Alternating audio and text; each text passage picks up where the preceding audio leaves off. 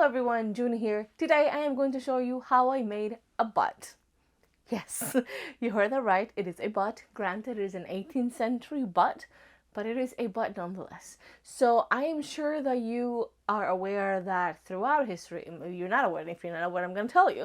Throughout history, women have found ways of enhancing their bodies to meet whatever was the ideal silhouette for the time, and they used to do it with padding. So bust padding, butt padding, hip padding, those sorts of things. Unlike today, we actually go to a surgeon to have our actual bodies modified. But anyway, what I have made today is an 18th century rump, and there are two kinds of 18th century. Well, there are many kinds, but in the last quarter or so of the 18th century, there are really two kinds of rumps. There's a split rump, which is not what I'm doing here, and then there is a more rounded rump, which is what I'm doing. And for this rump, for this butt, I chose to make the Frances Rump from Scroop Patterns. There are other kinds of rumps out there, I'm sure. This one was free and actually turned out to be very easy to sew. So the pattern comes with two views, view A and view B. View A is larger, which is what I chose to make, and then view B slightly smaller. Within those two views, they're not one size fits all, which I think it's great. The pattern is actually multi-sized, and you choose based on your waist, and then you adjust the hip with padding. So you add more padding for a bigger hip area and less padding for smaller hip area. This is great because a lot of the times when you make accessories like rumps or hoop skirts or what have you, it's kind of one size. And so having something that is actually going to work with your body is great, because one size, as we know, doesn't fit all. So I made view A in the large, and I did not pad too heavily. I think I used about 11 1/4 ounces of wool batting for the padding, and that's about 319 grams. So obviously the first thing I had to do was choose what kind of fabric I wanted to use for this project. And I chose unbleached muslin, A, because I have tons of it. It is what I use to make my mock-ups, and so I have a lot of it. And B, it's pretty tightly woven. So when I first cut the pattern out, I didn't know whether I wanted to make the rump with feathers and down or with something else. And so I figured that having a tightly woven fabric to begin with was a good idea.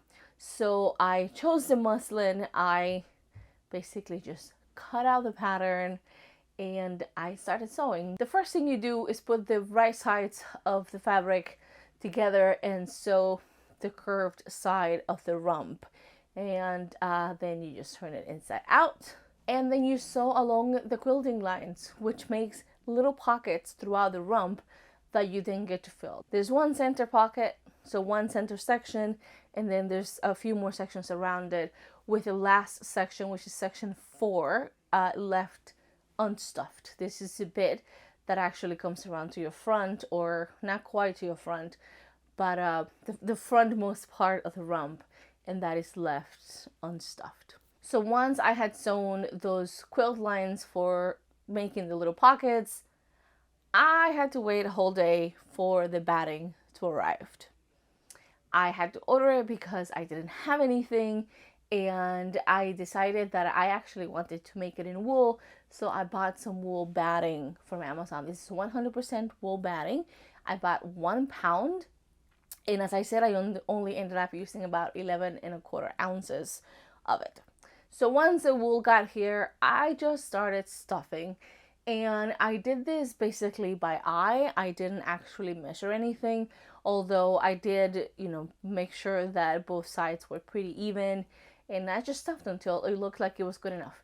Once I got all the stuffing done, I folded the pleats at the top of the rump and did a very quick tryout to see whether it would actually work with that much stuffing, and it looked fine. Since I was happy with how stuffed the rump was, I just went ahead and closed the top of the rump, making sure that the pleats were in place. And what the pleats do is they sort of gather the waist a little bit, making the top, so the waist section of the rump, smaller than originally was, but also it gives it shape. So it's not flat when you lay it down, it's actually slightly curved, which is what you want because it has to follow that curvature of your body. Then I went ahead and stitched the first side of the twill tape. When that was done, I folded it over, and this is the only bit of sewing that I did by hand. I secure the other edge of the twill tape to the rump by hand. The pattern gives you all the instructions for hand sewing, but it's exactly the same for machine sewing. And because I machine sewed it, it was so quick. If I hadn't had to wait a whole day for the rump to arrive, I would have had this done in like a couple of hours. It was just that simple.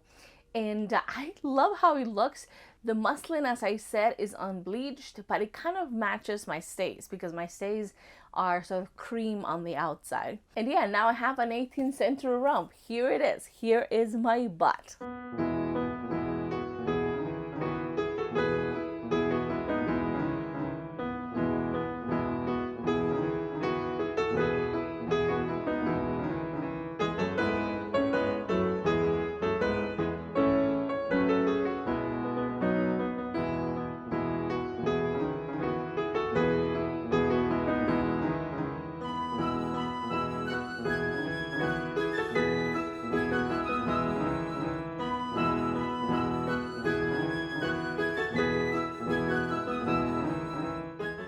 Yes, I forgot to remove my 21st century watch for that video. It's alright.